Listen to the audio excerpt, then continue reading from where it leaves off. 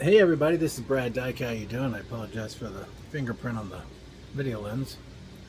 But reaching out to you guys, it's kind of been a windy day, so I'm looking a little cooked. But of course, I've been out in this wonderful weather, and but I thought, well, I'm gonna go ahead and get this project going because I got things I need to do. So, what are we talking about here? Well, as at part two, I had this 5151 series platform. It's an AMD CPU based board. This is what the board looks like, and this was the original board actually. So when I was looking at it and I started first working with it, I discovered that there's something wrong, and I believe the VGA controller chipset to the processor stack, there was a problem going on there with this little chip right here. So it is dead. That's going to the junk pile. We'll probably go to the logic board pile. But anyways, the second thing I was going to do is I was going to put one of these series 400 SSD cards in.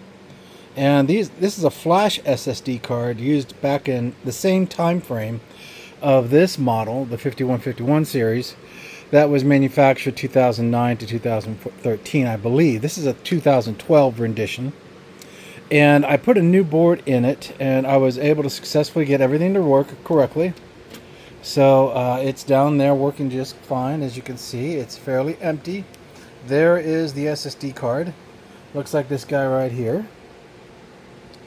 There are 400 gigs on that card right there, as you can see, in 4 segmentations of 100. So each of these wafer sets represents 100, 100, 100, 100. And then, of course, the cache buffer chipset that runs it all. And then up at the top, it's empty. There's nothing up there. It's running extremely fast. That was my first goal, because by running everything on this guy in a small SSD partition allotment allows the boot process to really fly for a system that's pretty old. And here is the TrueNAS platform. And just to give you an idea of how fast it's been, we'll go ahead and initiate a reboot. And I'll let you watch it there for a second. And confirmed. Alright, there it goes. You'll see how quick it is, considering that this machine was built in 2011, 2012.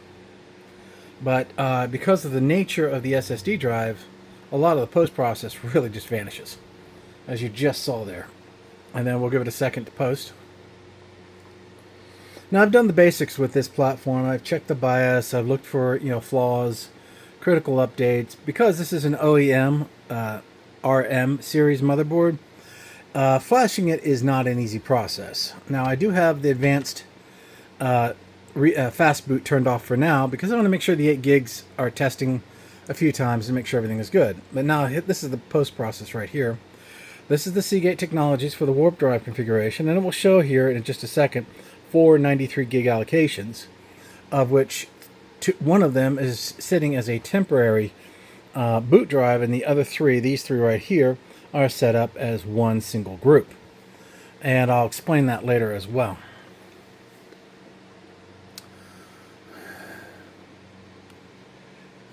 Alright, now normally all of the BIOS posting you saw would just go away. But here we see the boot states coming up correctly, and we are going to post. And I really do tell you that if you know anything about the original set of drives, that those were 7200s by the way, this process is not fast.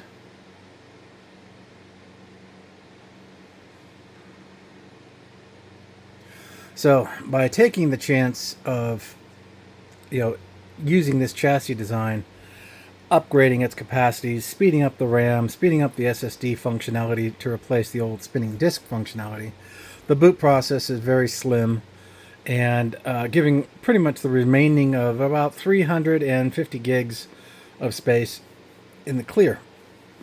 Now, as it's posting here, there it is, for all 4 disks have just synced up. In the old format, we wouldn't have even gotten this far at all. We would have been standing at the post-initialization stage, as it would be cycling through the spinning disk to continue to try to post.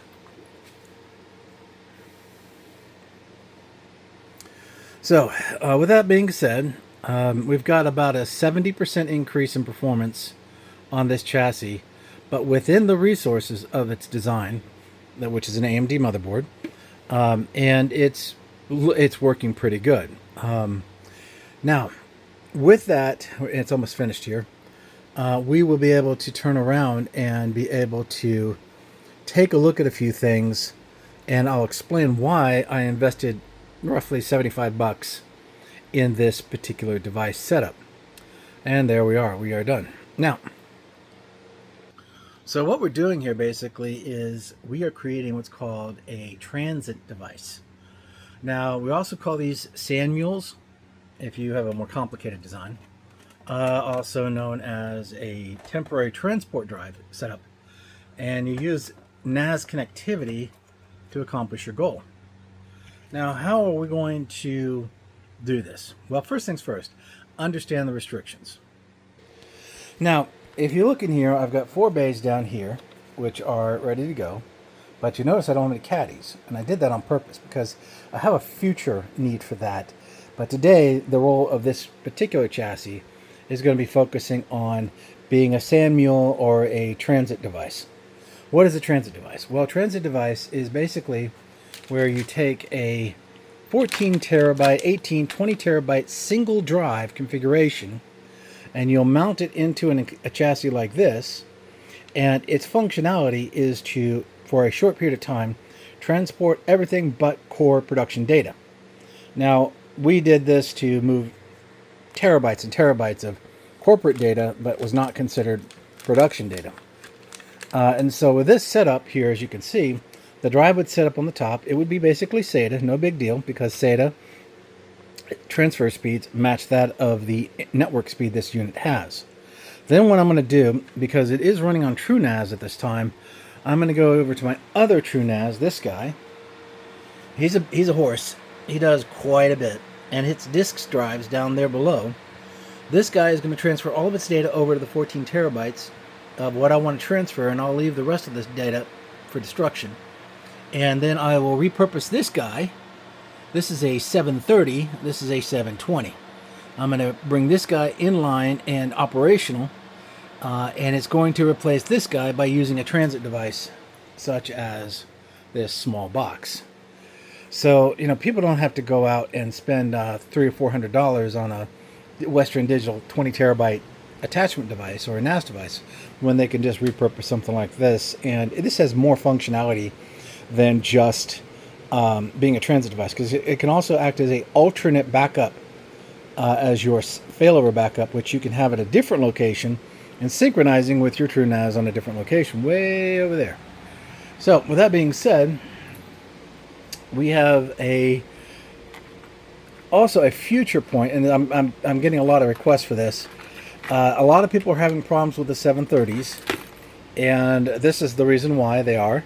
Because what they're trying to do is they're trying to put the NVMEs, these guys right here, in a bootable state on the 730 so that they can get the kind of functional bandwidth speeds that they can see here, which, of course, granted, it's older technology, but it's pretty doggone fast. I mean, it is really, really fast. No caching required. That's the beauty of it. So with that being the case, I also had 300 gigs on this, and I told you I had purposed that for a different reason. And the reason why I purposed it is because I wanted to create a cache buffer, SSD cache buffering, for the NIC. And I can use I call it the cache pool, to reach out and be used by the boot drive at the same lateral speed, because it's all on the same card.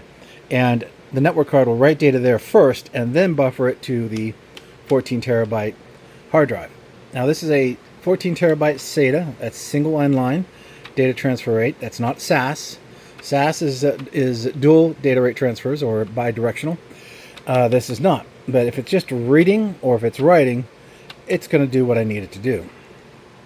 So what I've done now is I've powered off the unit. It's offline now, and it's in components, so I don't have to worry about that. And I'm going to set this drive up. Now I'm going to temporarily just put it static using some stationary double-sided tape temporarily, but later I'll put it into a case housing because I have to type class match those case housings. And of course down here you have all your screw mounts, that you need when you want to mount things into the chassis. But the actual travel rail kits are not here, and I don't want to buy them. I'll deal with that later. But for now, we'll get this guy set up here, so stand by. Okay, so I've had some people ask me a question. When you say stationary, temporarily stationary drive, I'm referring to something like this. This is a double-sided tape. It's basically like a 3M tape, and it really works well. It peels off easily when you're ready to take it off. And you take your drive, once it's hooked up correctly, and you just position it, and all it does is it keeps it from moving, see?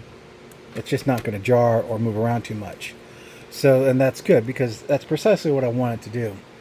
So what I'm going to do now is I'm going to close this up, put it back together, and then get it in a good place, and see if we can get this to post. Okay, we've got it put back together. It's coming up now, and it's back to being nice and clean. I am thinking about maybe doing something with this cover casing, but we'll see what that does. Alright, so we should have a posting going on, so we'll let it go through, and we're going to be looking for a PROM notification of the SATA drive. So to do that, the smart thing to do is just go into the BIOS first, and that will let you see what you need to see. Confirm your drive is present and that it's properly configured. So we'll do that now. Alright, so we'll go over here and we'll take a look at the IDE channel. It is set to AHCI, which is what we want. We're not going to do write back cache. The reason why is you could lose data unless you put this on a UPS, which I will be doing. But for this go around, we're not going to do that because, you know, there's some other potential risks that you don't want to have issues with, if you know what I mean. But, okay, let's take a look here. Yes, that is correct. Oops.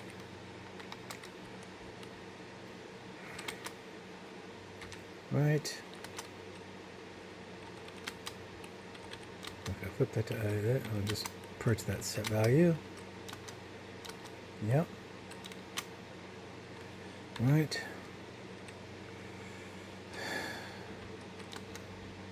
Correct.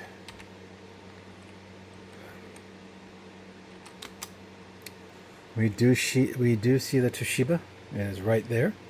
So we've got our 4 SSD drives, the boot drive, of course, which is identified as the ID09 LUN, while we have the standard attached device, which is HCSAI, sorry, and that is good.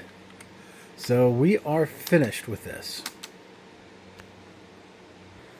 Okay, so we've got the TrueNAS coming up now, and it is posting.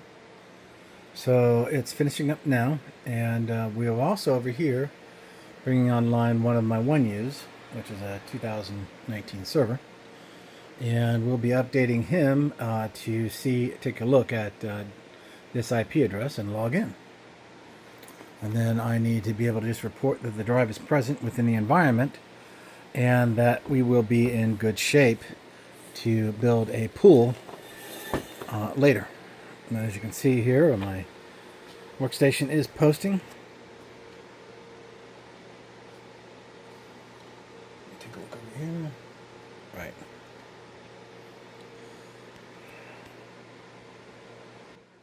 So the reason why I'm making this transport device is because I've done it before professionally on multi-million-dollar platforms. But of course, I'm using like a transport Clarion platform or something like that, more significant, which might have 100 disks or less, something like that. But one thing that we always made sure we did is when we built these out, we made sure that we cut all overhead out of them, because still transferring multiple numbers of terabytes of data takes time. And when you add layered encryption, hardware encryption, and all those other variables into it, what you just want is what we call at-rest encryption. In other words, when it's on the actual controller, it should be encrypted. Your transport encryption and all that, that would be critical in regards to something more like customer data from point A to point Z. And, you know, it's important, but at the same point in time, that's not what a transit device is designed to do. It's designed to move data from a standalone legacy storage platform, like let's say a fiber channel storage solution, transport it over via by data moves, and then pick that device up and carefully transport it to a location. So here we have the browser up.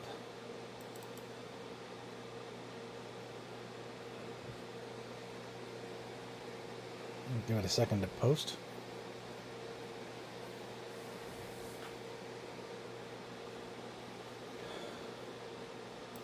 And we'll just go ahead and put in the info we need to put in here.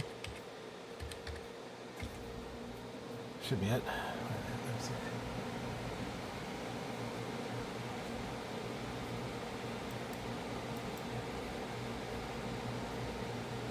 Okay.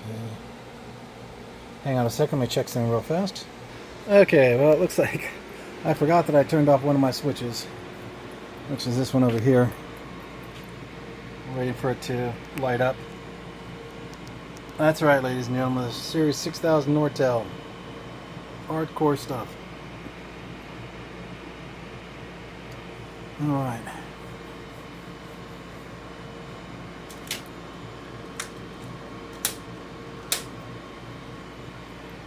Okay. Alright, let me go and check the connections, make sure they're live again.